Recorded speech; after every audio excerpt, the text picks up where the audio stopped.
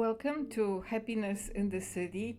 This is Barbara, and it's just so wonderful to be here to focus our attention on happy things. Happiness is very important. It's some people only know it in the context of good luck, and it's part of it, but happiness is a much larger concept than just good luck. And one of my purposes here is to draw attention to this so that we revive the importance of the concept of happiness in our daily life. One of the best ways to focus on understanding happiness is through Psalms. Of course, happiness is part of God's story throughout the whole Bible, but Psalms are written by a king, and King David was taught by God himself. So for me, to realize this is one of the greatest discoveries ever. Because sometimes in the atmosphere I grew up with, it was always about waiting to meet God after the last breath here on earth. Except my mother, she somehow always told me, go directly to Jesus Christ of Nazareth. So she knew that we can have connection with God here on earth too, for direction and knowledge. But that was not part of my education. In my education, Bible was not available in the libraries. Forget theology. All of those things were just ignored as if they were of no importance. And luckily, God brought me in early 90s to Cambridge, and I was fortunate to take a lot of courses on political philosophy, theology, history of political thought at Harvard University with the team of great masters that since that time retired or moved on to heaven. But I consider it very lucky that America opened the door for me to search for God. This is the greatest thing that could have happened to me in this country, because without America I would have had no chance to do what I'm doing right now, but also to learn about the dimension of God's love and God's intelligence and God's reason and intellect that I had no opportunity to connect to in Europe. I learned about it from churches, but it was more from the point of view of priestly authority delivering it to me, and less from me searching for God myself, and then Him responding to that search. So this is something that I'm powerfully grateful to America too, and may God continue blessing America for this wonderful opportunity to let Him be the landlord of this land. And today I'd like to continue our adventure and journey into political knowledge of King David that he wrote in Psalms. And today let's think about Psalm 70. King David asks God, "Make haste, O God, to deliver me. Make haste to help me, O Lord." Isn't it awesome?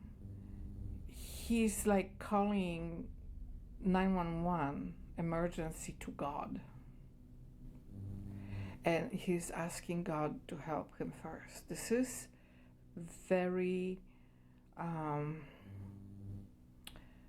amazing to know that we have that opportunity. The way I grew up is more that if there's need to help, you call the police and you call firemen and doctors, and they are very important. But here is a higher level of call for security, safety, and help from a dimension of direct contact with God. So this is dimension that I think we should know is possible. Because if God can help us in emergencies, and obviously here is emergency because King David asks God, make haste, O God, to deliver me. Make haste to help me, O Lord. So he is expressing the emergency that he feels and asks God for speedy response. That's so powerful because it means that it is possible that we can direct our call to God in matters of emergency and that he responds to it, that he is there to help us. Then King David continues, let them be ashamed and confounded that seek after my soul.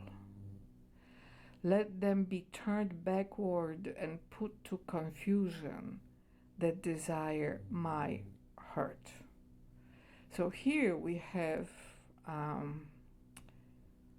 theory of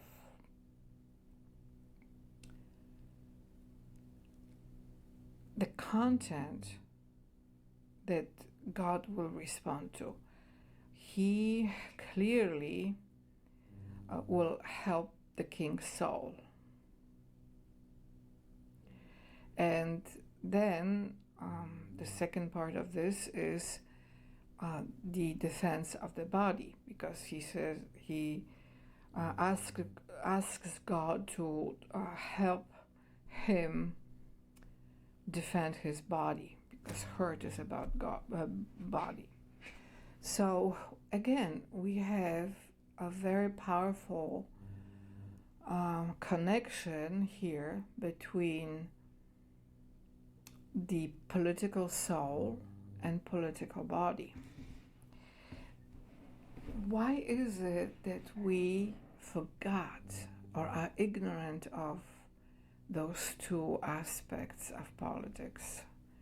Soul, which is the moving part of us. There's a lot of literature about it, starting with great teachings by ancient philosophers like Plato. Bible talks about the soul a lot. And then the defense of the body. When we look at current political speeches and current political conversations, it's all about money, control, possessions, properties. The word soul or defense of the physical body is like non-existent. Like, read the current world leaders' speeches. They have no language about it. Soul? Nobody talks about it. How the soul can be destroyed by many dangers that seek to kidnap it or harm it. There's very little about, or virtually non-existent about hurt to physical life. And a lot of focus is just on laws and legal regulations and rules and procedures. But what if they hurt the body? So what we lost is we lost the focus on what is defense of the body. What is the need for us to be secure and safe in our lives, bodies, and in our souls? Why is it when there was this European Munich conference on security, and I just looked at fragments of it, nobody talked about how the current politics is hurting the nation's body, whether the target nations or the source nations. The very concept of security has no language about the soul or the defense of the body of the leaders and of the people they lead.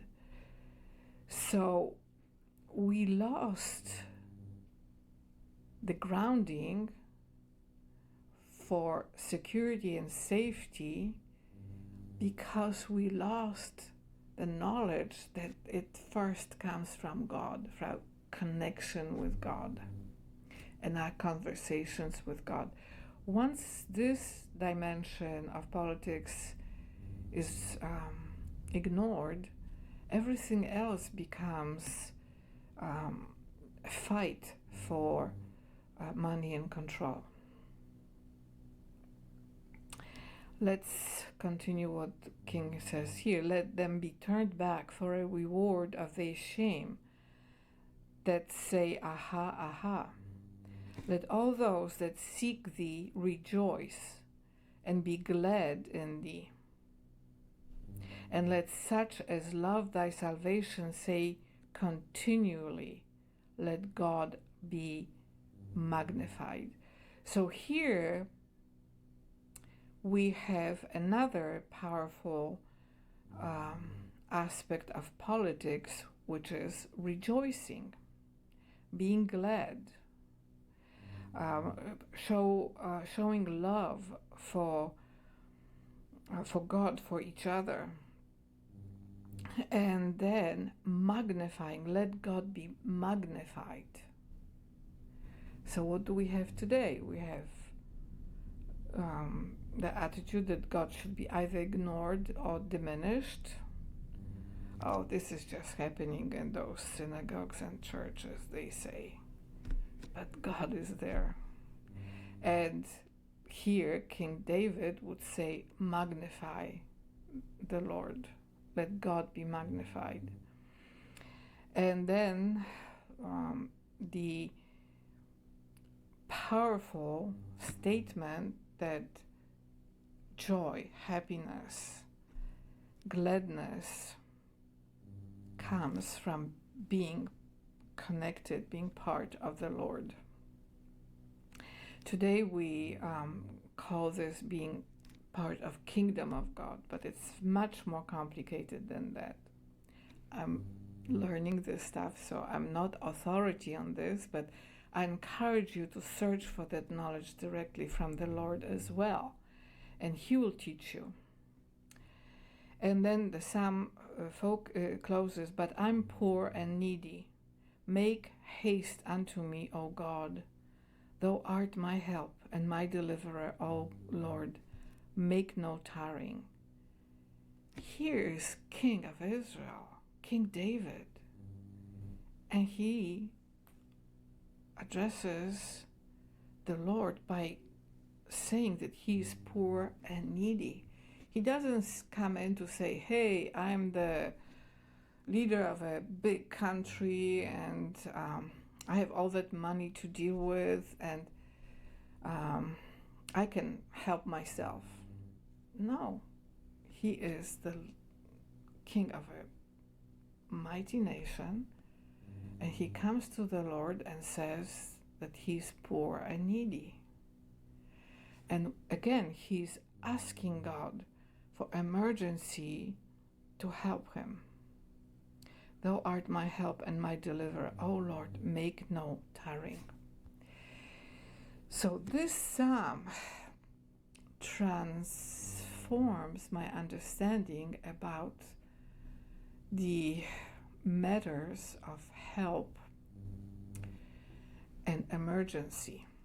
And for many people who have gone through a lot of trauma, this is great hope, because it means that the Lord is the one who can bring in his help, and we should be asking him for it. We should ask him to not delay it, to be fast in bringing it to us.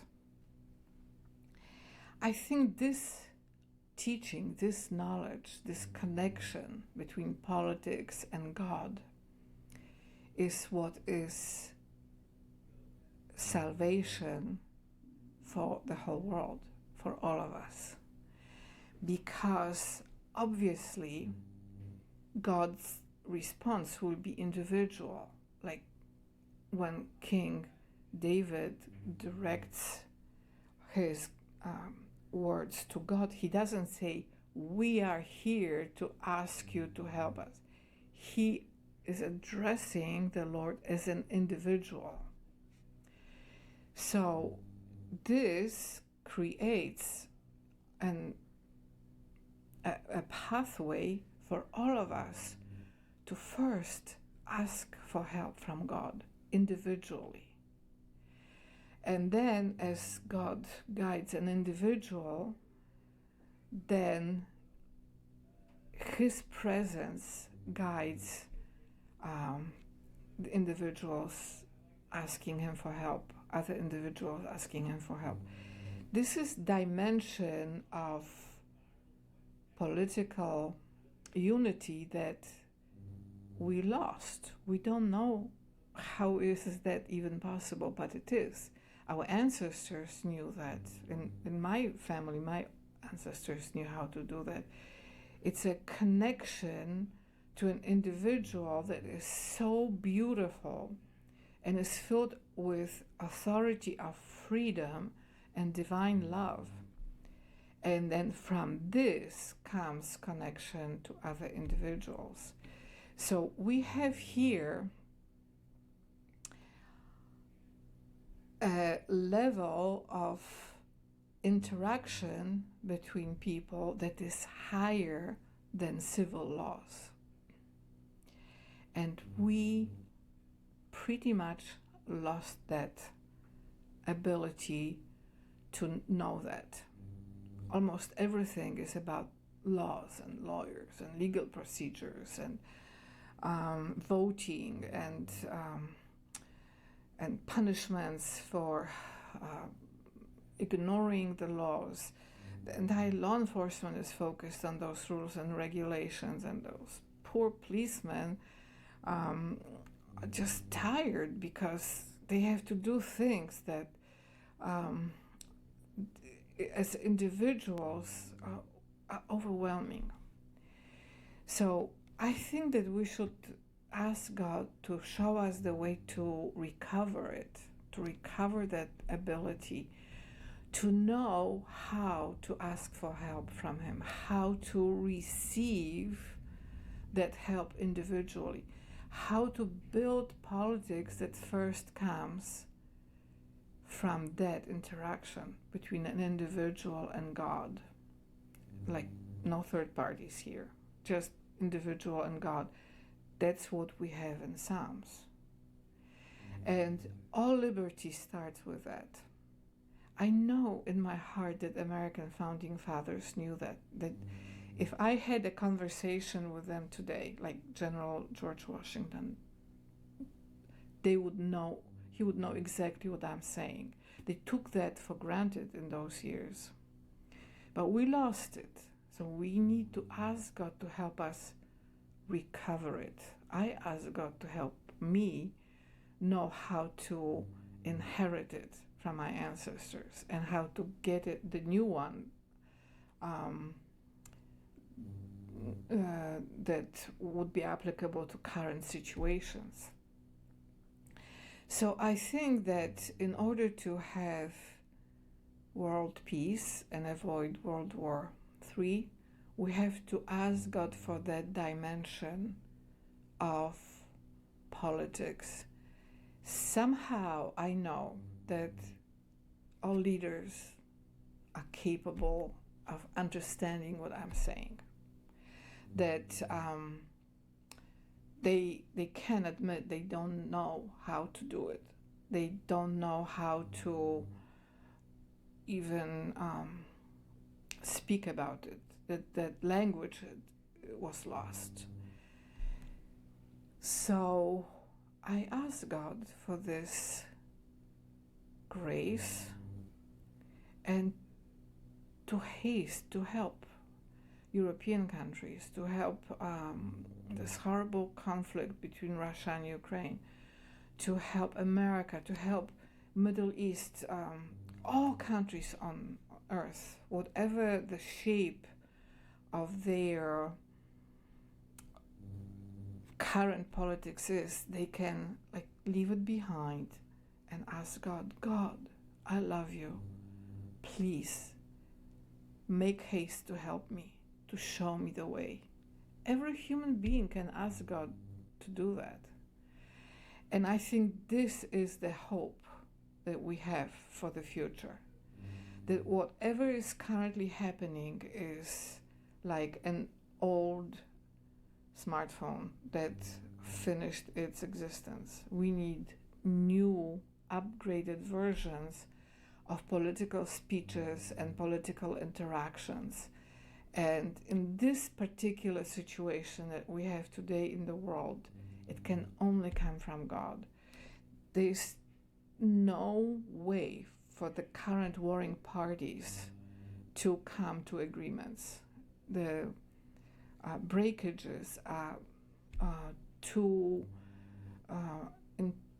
intense. There are so many fractures. There are so many misunderstandings. There's no even not enough life to connect them.